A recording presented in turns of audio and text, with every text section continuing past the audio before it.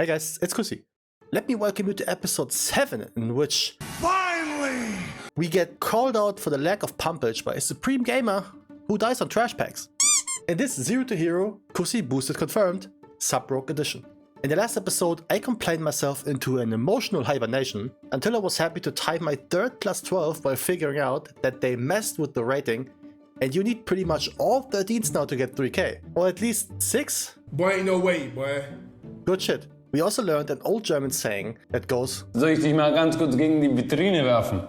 Which is exactly what I thought after I saw the grade A performance of Harry Jamal in an attempt for the most obvious dungeon grief since that dude that probably had mistaken his mana gem for a ferret Viagra pill. So with ferrets, a lot of the times what you want to do is hold their butt. Daddy, no! Though today will be different. Today is finally the day where we get exposed for the cheap, disgusting, filthy, saggy tit having boost lord that we truly are.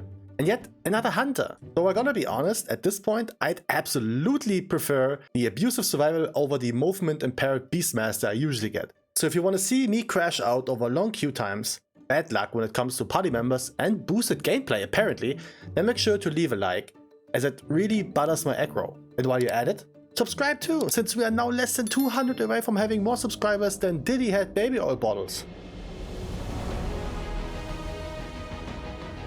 And we gonna go full crazy.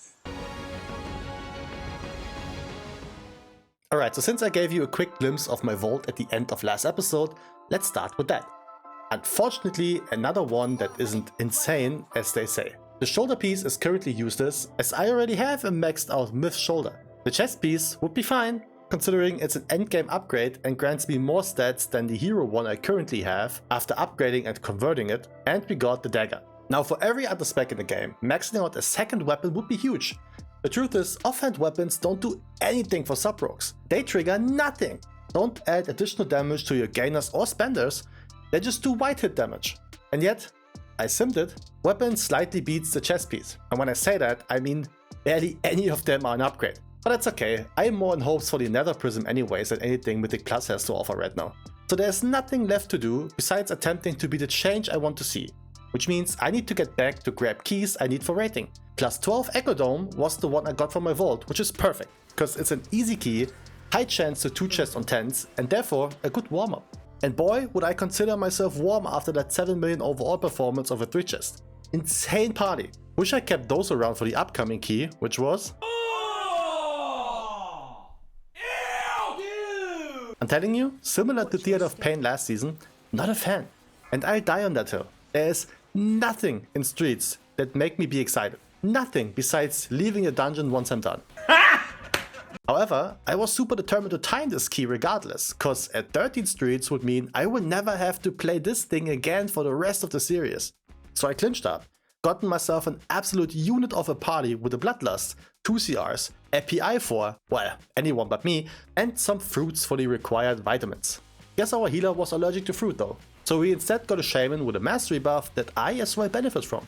Big W. Now one thing I don't like about Streets are pull patterns, because every tank has different ones.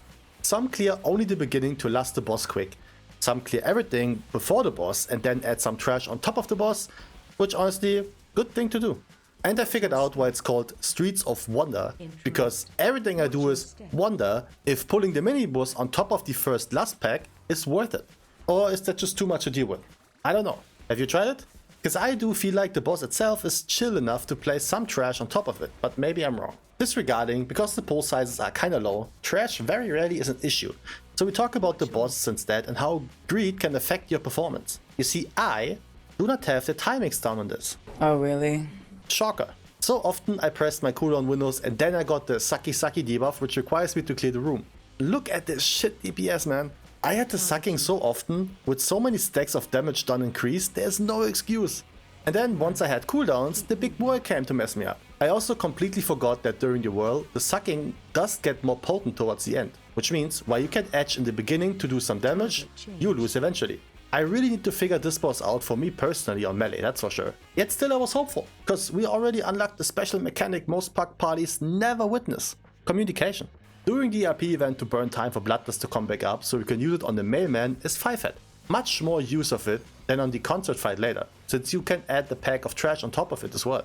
Speaking of, while I'm absolutely known for having no musical talent whatsoever, unfortunately I cannot escape my past. But while hitting on these notes went a lot better than hitting on any girls in high school, another stone cold realization was about to kick in.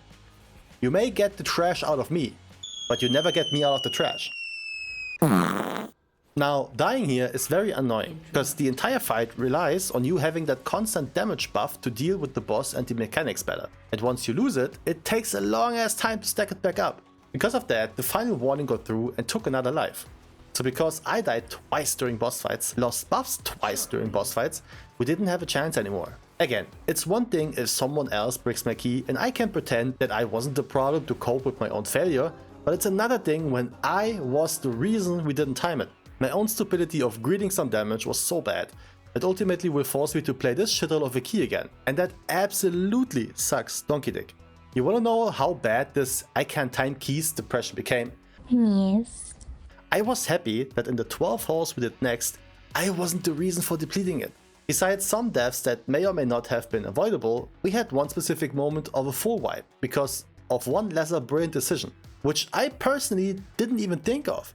We tried to chain pull some with those little groundkeepers around. The problem is, once they drop low, they start running. So they added extra. GG, see you later. Though I did get my Bliss belt, which is grand, and the tank knew that this one idea he had most likely was the key break. So what do you want me to do? It's okay, I'm sure he will remember this too, and ain't life just about learning? No? Scratch that. I'm just happy I wasn't the reason to break it, as this was part of my rehabilitation program. One Dawnbreaker and one Eco Dome later, I once again sat here with the 13 key I desperately need. Arakara. All the nerfs prior to Season 3 never attacked the problem I personally have with this dungeon, and that's the first boss. It got nerfed a little bit with the recent hotfix while lowering the add HP as well as the damage done during the dancing phase, so I was hopeful it helps out a lot. However, it turned out that the HP of the adds weren't the problem, it was the damage done in general. While we had some unfortunate spawning when it came to the range of adds, I had to run around a lot. Our tank also didn't move the boss towards the adds. I'm not sure why, but maybe it was because most of our ranges didn't move either, so he was afraid the adds would run into the boss instead, which is absolutely not exciting. And so this constant back and forth of me going on adds, them splitting so much because rangers couldn't stack in order to make the add stack, which led to absolutely no damage on them, which led to zero uptime on the boss, which led to add spawning just when the others were dead, which led to me looking for another group to do this key on 12. Now this one was a difference of day and night. Clean run, a lot smoother pulling, no weird ass chaining into new packs while casters are alive that no one kicks. An absolute flawless run. An almost absolute flawless run. That... You know what, I just shut up. However, I gotten pretty uncomfortable on the final boss when we had 2 people dying because even though the timer still looked fine to me, we still had a trash pack to deal with afterwards. And finally, we timed another key. Halfway through with 12s, and I'm exhausted, man. So let me quickly explain the little crash out I had with the YouTube post. I just needed to vent a little, man. I like playing keys. I do enjoy playing the rogue too. I think it was just the extra pressure of me only having roughly 2 days a week of recording that got me a bit winded up. Because I kinda wanna get footage for the videos, you know? Of course I'm not gonna stop the series. For now. I might though after the next dungeon, because now we get the juice. 13 Floodgate, for the second time mind you. Maybe you remember the 1 minute overtime during the last time we were here. So I made sure the party is rock solid. Double CR. Double lust, just in case. A survival hunter, cause if you play survival in 2025, I know you're dead serious. And of course the evoker for the constant big pulls to just annihilate the packs. Fantastic. And I'ma be honest, I totally forgot how hard survival is slapping. Or getting slapped. Now of course you all saw the thumbnail and the intro in which you saw this guy calling me boosted, clearly being upset. So what happened? Well, let me tell you what. During the duo boss fight we managed to absolutely blow ass while playing the bombs. First, our evoker just took 1 bomb here instead of 2. Then our hunter, instead of sending the boss the entire way down to clear 3 bombs at once, only let the boss clear 1 of them so he could stay in melee. Then, instead of, well, again, letting the boss run through at least 2 of the bombs in the same corner, the evoker refused to move and only let him hit 1 as well.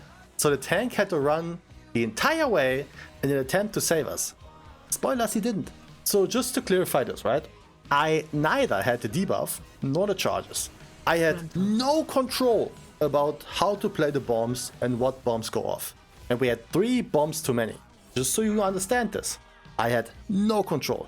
We kept the pool alive with the evoker being dead, and all of a sudden, I also got targeted by the mechanic. But don't you worry, your boy easily takes 3 of them out.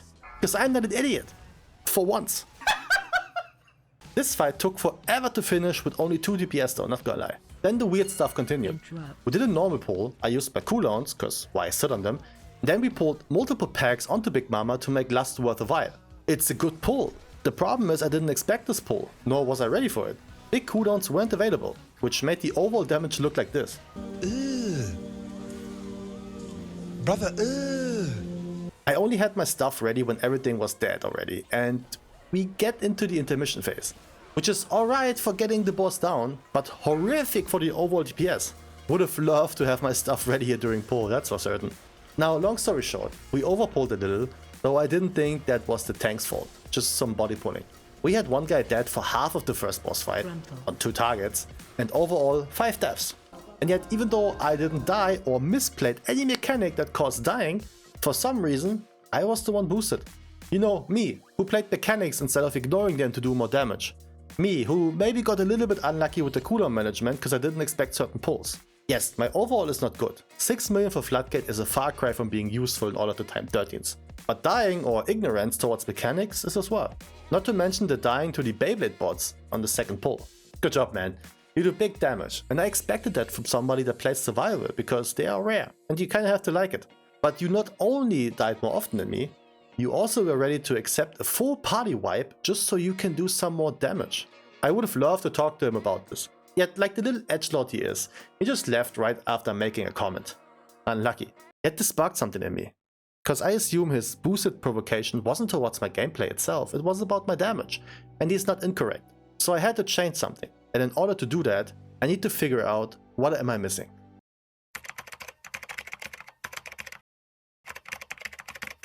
No, that's old. Titties. More titties. Garage keys.